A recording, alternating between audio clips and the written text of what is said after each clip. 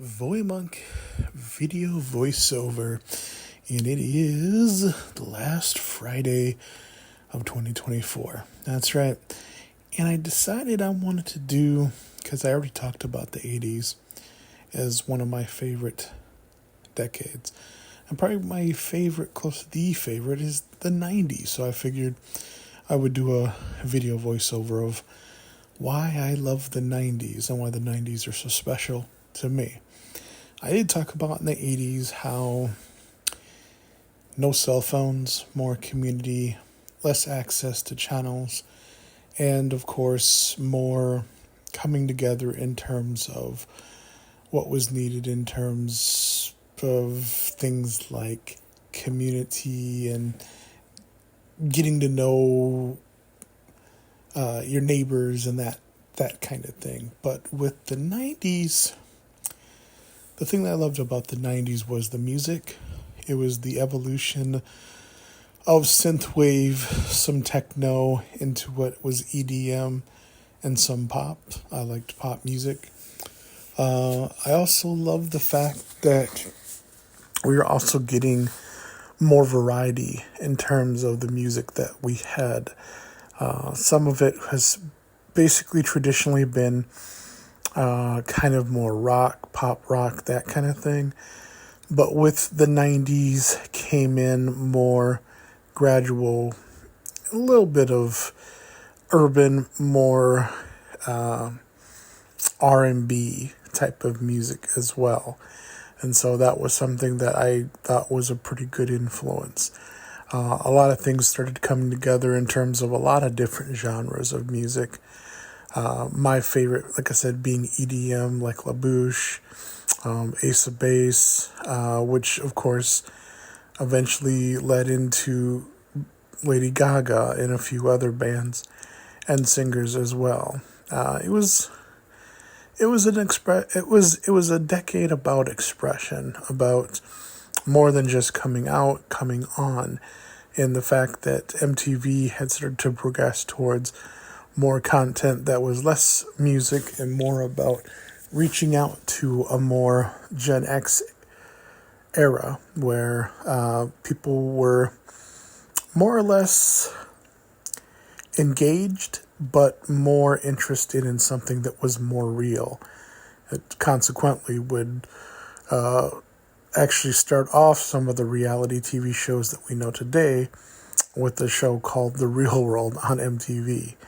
And I definitely remember it being kind of stupid, really immature, really weird, really strange, some of the things that were going on. Basically, they would ask a few different strangers to all live with one another who weren't allowed to use, from what I understand, a television or any other device that would keep them from eventually having to deal with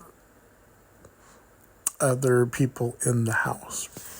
And so, like I said, when it came to the 90s, I think with there being more of a less the guardrails and more of a free-spirited, next-gen type of feel and vibe, the world around began to change as well. The Soviet Union had, of course, fallen already, and so much of what was considered, I would say, topic for the 80s, and being the end of the Cold War and things of that nature, the 90s became something new.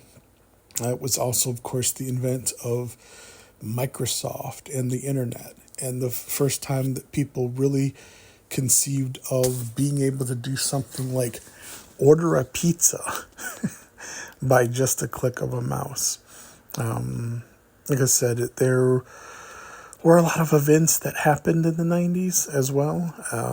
It was probably the first time I think that we really were just getting out of the 80s and the Reagan era and starting to reap some of the benefits and the rewards of the economy turning into what would be considered a tech economy, which was also considered the tech bubble. And companies like AOL, Time Warner, and a few others pretty much climbed up, as well as a few others that climbed up that probably shouldn't have, like MCI, who got in a lot of trouble for cooking their books, which in other words means they just tried to misreport their earnings in order to make the evaluations for the company that they had worth more than it actually was. And so, but it wasn't the only controversy that was the 90s. There was the baseball steroid controversy as well. I believe that was roughly more towards the later 90s. But it was definitely a time that much of what we see today began. The 24-hour news channel. CNN had been around since about the 80s, but Fox eventually joined the fray, just like they did with the over-the-air networks. And they had a pretty big appeal. And so not just them, but 24-hour news channels became a thing. People were striving to be a lot more informed about the world that they were in and connected as well. Long distance would be a thing back in the 80s that if you wanted to call and actually talk with someone that wasn't in your geographical area or the same continent, it was pretty expensive. And now it seemed like virtually overnight that was beginning to change to where people were now able to get online and talk and sometimes have interactions that weren't as anticipated. It was also the expansion of cable, and along with it, something called public access, which if you want to have some fun and do yourself a Google search of the 90s and public access, it's very similar to YouTube, except for the fact that it's more community-based, so you pretty much have to do it along with others. But it was a sight to behold, because you would have a lot of people that they didn't necessarily heed some of the first rules of show business or making anything that appeals to an audience, which is to know your audience. And some of them did, but some of them did a lot of spitballing to see what would stick. And like I said, the 90s were a fun decade, and the times that were special to me. Obviously, my mom was younger, and like I said, she basically got me curious and interested in a lot of things that, in terms of culture, in terms of being proud of who I am. Like I said, I am biracial. My mom is white. But as far as being proud of being where I was from and enjoying, things like going to the zoo or things like going to a parade and being respectful and showing other people who I was in a positive way. And so, like I said, those were the years that I was going from being what was a boy into a teenager and to eventually being a man. And so that's why the 90s were so special to me. It was the music, it was the culture, but it was also the movements that were happening. Apartheid South Africa was another event that as real as some people say, maybe not as real as some people may think as far as being in the history books, but it was definitely as real as far as if you lived it. And that I think society also came full circle as well. I think a lot of things that were once considered taboo or things that were considered to be unthinkable in terms of people coming together really was something that was changing, and it was, in my opinion, a lot for the best. Everything's not all perfect and whatnot, but for the most part, like I said, just like with the 80s, it's the memories and the times I spent with the people I love and some of the friends that I made and, keep in touch with from time to time. Like I said, the 90s was not about the me generation. It was more about the what is next generation. If I had to give it an articulation or a way to express. And so, yeah, that is what I would say is what made the 90s special to me, was living it, but living what was through it. I would say the wrestling, which is not something I'm a huge fan of, but it was definitely something that was interesting to me. And growing up in the AWA territory in Minneapolis, to see some of the heights and even some of the lows that wrestling would achieve. Entertainment itself being more edgy. Beavis and Butthead, a cartoon that was challenged everything that most people thought in terms of the way of animation and really culture. The Simpsons, a lot of influence was made, probably mostly from television and pop culture.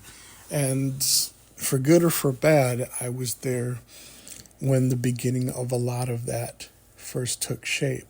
And so, like I said, for me, like I said, the 80s and 90s are very close in terms of my favorite. But if I had to say one just a little bit, tiny bit over the other, it definitely would be the 90s. And I'm thinking about that now with the year's end of 2024. And as I've said before, in the spirit of Christmas and what I loved about the 80s, and is that oftentimes looking back, it's what people will say about a lot of things, but unless you actually live it, unless you actually understand where the music, the times come from, like alternative music being specific. I remember the first time I heard Smells Like Teen Spirit, Nirvana.